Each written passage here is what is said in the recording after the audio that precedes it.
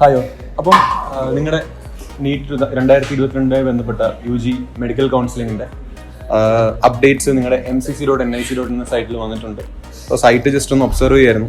Site observe ചെയ്യുമ്പോൾ നിങ്ങളുടെ UG medical counselling എന്ന ലിങ്കിൽ ക്ലിക്ക് ചെയ്യുമ്പോൾ നിങ്ങൾക്ക് ഇവിടെ കാണാം നിങ്ങളുടെ കൗൺസിലിംഗ് ഷെഡ്യൂളിനെ കുറിച്ചെല്ലാം. Counselling schedule 2022.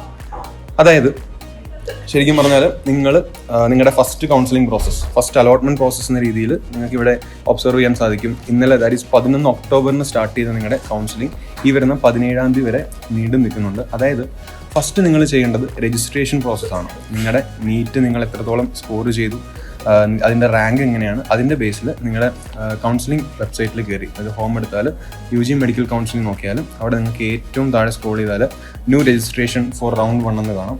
അവിടെ കയറി നിങ്ങൾ രജിസ്ട്രേഷനും അതേപോലെ തന്നെ പേയ്മെൻറ്റും ചെയ്യേണ്ട ഫസ്റ്റ് ഓപ്ഷനാണ് ശരിക്കും നിങ്ങൾ ഇപ്പോൾ ചെയ്യേണ്ടത്. അതിൻ്റെ ഗ്യാപ്പാണ് ഈ തന്നിരിക്കുന്നത്, between 11th October and 17th October നോക്കുക. അപ്പം അപ് ടു 11 o'clock ആണ് പേയ്മെൻറ്റ്, ദാറ്റ് ഈസ് നിങ്ങൾ രജിസ്റ്റർ ചെയ്യാനുള്ള സമയം. അതേപോലെ തന്നെ 3 മണി വരെ ആയിരിക്കും, 17 October വരെ 3 മണി വരെ ആയിരിക്കും നിങ്ങൾക്കത് നിങ്ങളുടെ ഇത് ചെയ്യാനുള്ള സമയം, ദാറ്റ് ഈസ് പേയ്മെൻറ്റ് ചെയ്യാനുള്ള സമയം. അപ്പോൾ ഇതിൻ്റെ ബേസിലാണ് നിങ്ങൾക്ക് ഓപ്ഷൻസ് ലോക്ക് ചെയ്യാനുള്ള ഒരു ഓപ്പർച്യൂണിറ്റി വരിക. അതായത് നിങ്ങൾ all India medical colleges, that is all India കോട്ടയിലെ 15% സീറ്റുകൾ, അതേപോലെ തന്നെ ഈ കാണുന്ന സെൻട്രൽ യൂണിവേഴ്സിറ്റീസ്, JIPMER, AIIMS പോലുള്ള ഇൻസ്റ്റിറ്റ്യൂട്ട്സിലേക്കുള്ള ഫുൾ 100% സീറ്റുകളെല്ലാം നിങ്ങൾ ശരിക്കും ചൂസ് ചെയ്യേണ്ടത് ഈ ഒരു ടൈം ലിമിറ്റിലാണ്. അപ്പം ഇപ്പോൾ നിങ്ങൾ ഈ രജിസ്ട്രേഷൻ, പേയ്മെൻറ്റ് എന്നീ പ്രോസസ്സുകൾ ചെയ്തതിന് ശേഷമാണ് നിങ്ങൾക്ക് ഇവിടെ നോക്കുക 14-ാം തീയതി October, that is 14th October തൊട്ട് 18th October വരെ നിങ്ങൾക്ക് എന്ത് ചെയ്യാനുള്ള സമയമുണ്ട്. അതായത് ഈ പറഞ്ഞ പോലെ ഓപ്ഷൻസ് ചൂസ് ചെയ്യാൻ, ദാറ്റ് ഈസ് ലോക്ക് ചെയ്യാനുള്ള സമയമുണ്ട്. ആ ഓപ്ഷൻസ് ലോക്ക് ചെയ്തതിന് ശേഷമാണ് നിങ്ങളുടെ റൗണ്ട് 1 പ്രോസസ്സുകൾ എന്ത് ചെയ്യുക, കംപ്ലീറ്റ് ചെയ്ത് പോവുക. സോ ഈ റൗണ്ട് 1 എന്ന് പറയുമ്പോൾ നിങ്ങൾ ഈ ഓൾ ഇന്ത്യ കോട്ടയിൽ നിങ്ങൾ ഉദ്ദേശിക്കുന്ന ഇപ്പോൾ സ്റ്റേറ്റ് ഗവൺമെൻറ് കോളേജസ് ആവാം, അവിടുത്തെ 15% ഓൾ ഇന്ത്യ കോട്ടയാണ്.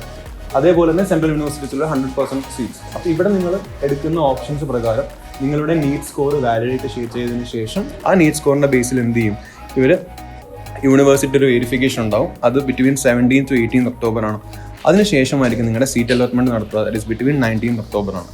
അതിനുശേഷം റിസൾട്ട് ഡിക്ലെയർ ചെയ്തിട്ട് നിങ്ങൾ ഫസ്റ്റ് റൗണ്ടിൽ നിങ്ങൾക്ക് ഏത് കോളേജിലാണോ നിങ്ങൾ ചേർന്നത് അതിൻ്റെ ബേസിൽ between 22nd October 28th October ഈ ഒരു കാലയളവിൽ നിങ്ങൾ ആദ്യമേ നിങ്ങളുടെ നീറ്റ് റാങ്കിൻ്റെ ബേസിൽ നിങ്ങൾ ഓൾ ഇന്ത്യ കോട്ടയിലാവാം, അല്ലെങ്കിൽ ഇതേപോലെ തന്നെ സെൻട്രൽ യൂണിവേഴ്സിറ്റീസിൽ നിങ്ങൾക്ക് എവിടെയാണോ കിട്ടുക അതിൻ്റെ ബേസിൽ നിങ്ങൾ ആ കോളേജിൽ ജോയിൻ ചെയ്യേണ്ട ഒരു സമയമാണ് ഇപ്പോൾ വന്നിരിക്കുന്നത്. സോ ഈ സമയം യൂസ് ചെയ്യുക.